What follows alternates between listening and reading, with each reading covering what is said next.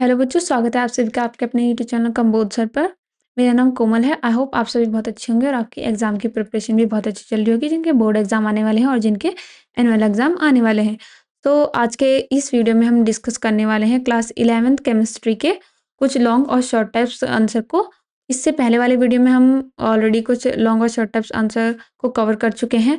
आप चाहें तो वो वीडियो देख सकते हैं। अगर आपको इन क्वेश्चंस की पीडीएफ चाहिए तो आप सिंपल वेबसाइट पे जा सकते हैं और व्हाट्सएप नंबर शो हो रहा है, इस व्हाट्सएप नंबर पे मैसेज कर सकते हैं और वहाँ से पीडीएफ परचेस कर सकते हैं बहुत ही कम कॉस्ट पे। तो ज़्यादा देर ना करते हुए हम स्टार्ट करते हैं हमारे आज के पहले क्वेश्चन से। तो हमारा पहला क्वेश्चन है, क्षारीय बफर क्या है? तो इसका उत्तर होगा कि क्षारीय बफर वह बफर है जिसका पीएच 7 से अधिक होता है।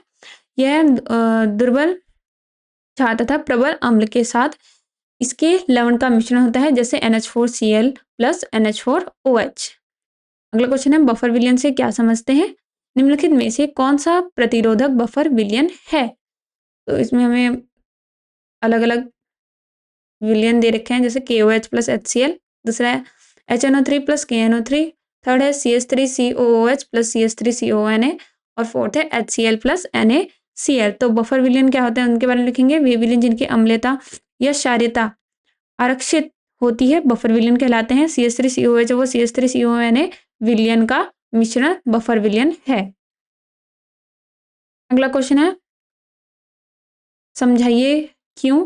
पहला है AgCl जल में अधिक और NaCl कम विलय होता है, और सेकंड है CuSO4 के जलीय विलयन की pH 7 से अधिक 7 से कम है।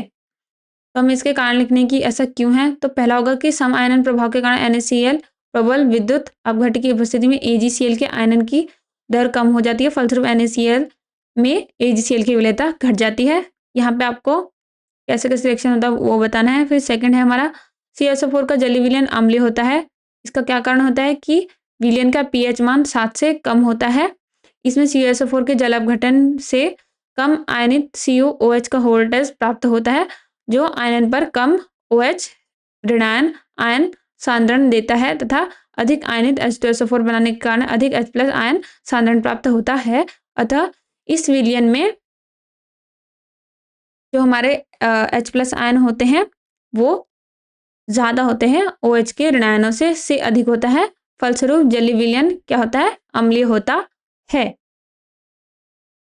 अगला क्वेश्चन है, जैसे लाल शात्लीय के नियम का भौतिक तथा रासायनिक साम्य पर अनुप्रयोग बताइए, उदाहरण भी दीजिए। या फिर ऐसे पूछ सकते हैं कि लाल शात्लीय के सिद्धांत को समझाइए, बर्फ के पिघलने की क्रिया में दाब वृद्धि का क्या प्रभाव पड़ता है।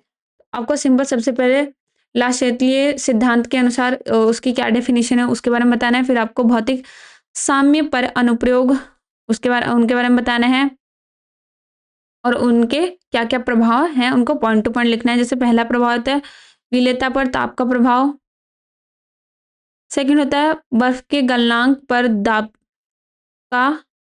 व ताप का प्रभाव, और थर्ड होता है आपका जल के वाष्पीकरण पर ताप व दाब का प्रभाव। आपने इसको सिंपल डेफिनेशन देके समझाना है और कुछ उदाहरण देके समझाना है। अगला क्वेश्चन फिर इसी में ही होगा आपका अगला कि रासायनिक साम्य पर अनुप्रयोग क्या क्या होते हैं। आपको अनुप्रयोगों को पॉइंट वाइज लिखना है, जैसे ताप का प्रभाव, फिर दाब का प्रभाव, फिर सांद्रण का प्रभाव, और सेकंड आपका आ जाएगा नाइट्रोजन तथा ऑक्सीजन के संयोग से नाइट्रिक ऑक्साइड का बनना। इसमें भी आपको डेफिनेशन देनी है और रिएक्शन को अच्छे से समझाना है, उसकी थ्योरी लिखनी है। अगले क्वेश्चन पे चलते हैं। आप चाहें तो वीडियो पॉज करके भी इनको पढ़ सकते हैं, वरना आप पीडीएफ परचेज कर सकते हैं, क्योंकि इस एक वीडियो में मैं सारे क्वेश्चंस को नहीं पढ़ा सकती क्योंकि वीडियो बहुत लॉन्ग हो जाएगी। अगले क्वेश्चन पे चलते हैं कि ऑक्सीकरण व अपचयन अभिक्रियाओं में अंतर बताइए। तो ऑक्सीकरण तथा अपचयन अभिक्रियाओं में अंतर। तो ऑक्सीकरण अभिक्रिया में क्या होता है, इस अभिक्रिया में हाइड्रोजन पृथक होती है, और अपचयन में क्या होता है, इस अभिक्रिया में ऑक्सीजन पृथक होती है। नेक्स्ट पॉइंट आएगा कि ऑक्सीकरण अभिक्रिया में क्या होता है, इस अभिक्रिया में ऑक्सीजन का संयोग होता है, और अपचयन अभिक्रिया में क्या होता है, इस अभिक्रिया में हाइड्रोजन का संयोग होता है। नेक्स्ट पॉइंट होगा, इस अभिक्रिया में विद्युत धनात्मकता अवयव का अनुपात घटता है, और इसमें क्या होता है, इस अभिक्रिया में विद्युत धनात्मकता अवयव का अनुपात बढ़ता है। फोर्थ आएगा, इस अभिक्रिया में विद्युत धनात्मकता अवयव की संयोजकता बढ़ती है, और इसमें आपका होगा इस अभिक्रिया में विद्युत धनात्मकता अवयव की संयोजकता घटती है और इस अभिक्रिया में विद्युत ऋणात्मकता अवयव का अनुपात बढ़ता है और इस अभिक्रिया में विद्युत ऋणात्मकता अवयव का अनुपात घटता है। सिंपल आपको ये सारे पॉइंट याद कर लेने हैं कि किस पर ऑक्सीकरण और अपचयन में क्या क्या अंतर होते हैं। आप चाहें तो ये सारे पॉइंट्स को अच्छे से याद कर सकते हैं और लिख सकते हैं, वरना 6 या 5 या फिर 6 पॉइंट भी लिख सकते हैं। जरूरी नहीं कि आपको 7 के साथ ही लिखने हैं। अगले क्वेश्चन पे चलते हैं। इसमें जितने भी न्यूमेरिकल क्वेश्चन बताए जा रहे हैं या फिर डेरिवेशन वाले, आप उनको अच्छे से प्रैक्टिस कर लीजिएगा। इस टाइप के क्वेश्चंस की भी आपको अच्छे से प्रैक्टिस करनी है। जैसे निम्नलिखित समीकरणों में रेखांकित अभिकर्मकों को नाभिक स्नेही तथा इलेक्ट्रॉन स्नेही में वर्गीकृत कीजिए। आपको सिंपल अभिक्रियाएं दे देगा और आपको इसमें बताना है कि इसमें ये कैसे नाभिक स्नेही है और कैसे इलेक्ट्रॉन स्नेही है और ये कैसे क्लासिफाइड है नाभिक स्नेही और इलेक्ट्रॉन स्नेही में। अगले क्वेश्चन है, निम्नलिखित अणुओं में सिग्मा तथा पाई बंधों की कुल संख्या कितनी होगी। आपको सिंपल संरचना लिखनी है और फिर उसमें काउंट कर लेना है कि इसमें कितने पाई बंध है और कितने सिग्मा बंध है। अगले क्वेश्चंस पे चलते हैं।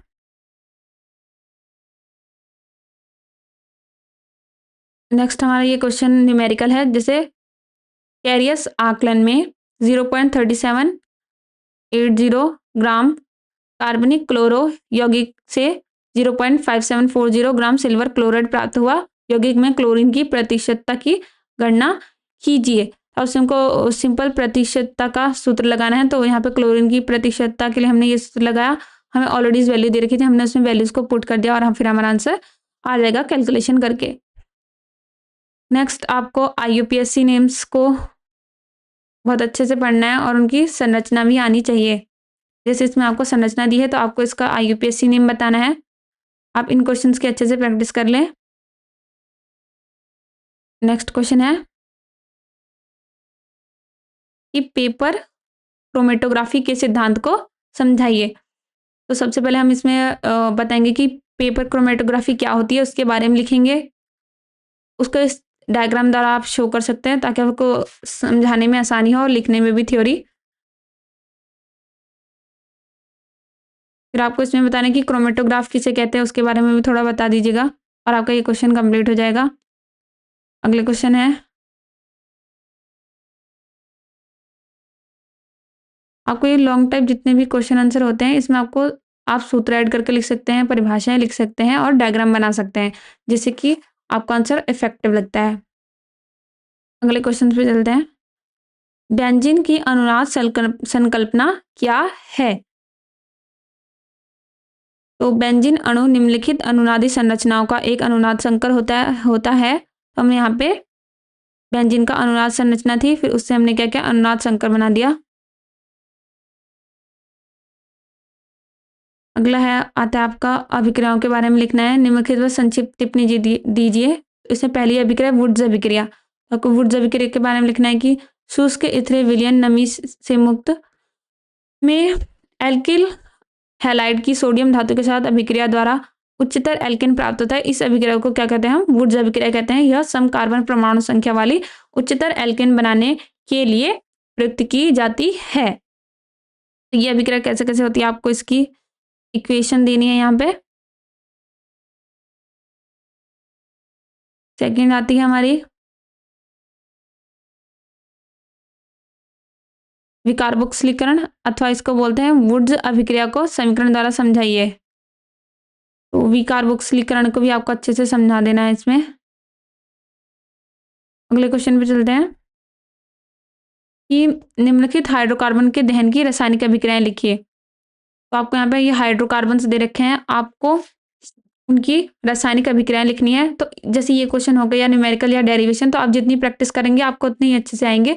सो इस वीडियो में जितने भी आपको न्यूमेरिकल्स, डेरिवेशन और ये अभिक्रियाओं वाले क्वेश्चन बताए जा रहे हैं, आप इनके अच्छे से प्रैक्टिस कर लीजिएगा और IUPAC नेम्स और उनकी संरचना भी अच्छे से याद कर लीजिएगा।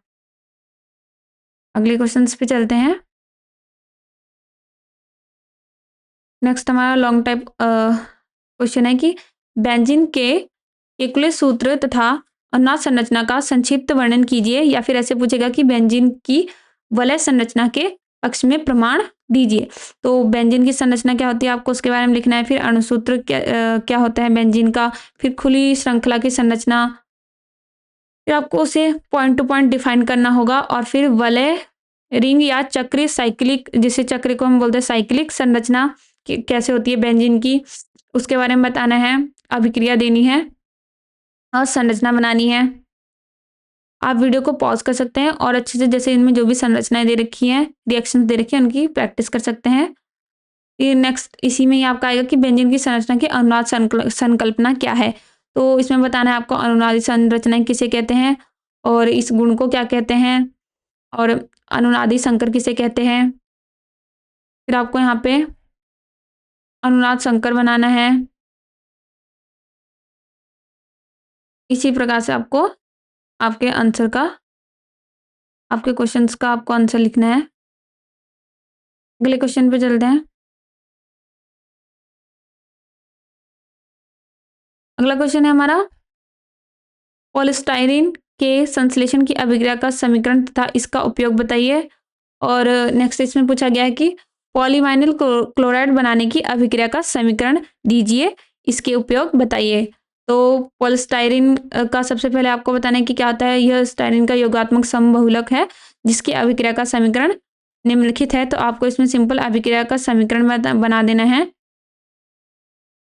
और ऐसे ही आपको पॉलीवाइनिल क्लोराइड बनाने की अभिक्रिया का अगर समीकरण आएगा तो आपको सिंपल अभिक्रिया का समीकरण बताना है और क्या करना है उसके उपयोग को बताना है। तो आज के इस वीडियो में हम इतने ही क्वेश्चंस कवर करेंगे और आपके ये कंप्लीट हो चुके हैं इस वीडियो से। और इससे जो हमने पहले वीडियो बनाया था इसमें सारे अब लॉन्ग और शॉर्ट टाइप्स क्वेश्चन आंसर सारे कवर हो चुके हैं। आप इनको अच्छे से याद कर लीजिएगा, इनकी प्रैक्टिस कर लीजिएगा। और अगर वीडियो इन्फॉर्मेटिव लगी हो तो आप चैनल को सब्सक्राइब कर सकते हैं और वीडियो को लाइक कर सकते हैं ताकि आपको ऐसे ही और इन्फॉर्मेटिव वीडियो मिलते रहें। तब तक के लिए बाय बाय, मेहनत करते रहिए और पढ़ते रहिए। मिलते हैं आपसे नेक्स्ट वीडियो में।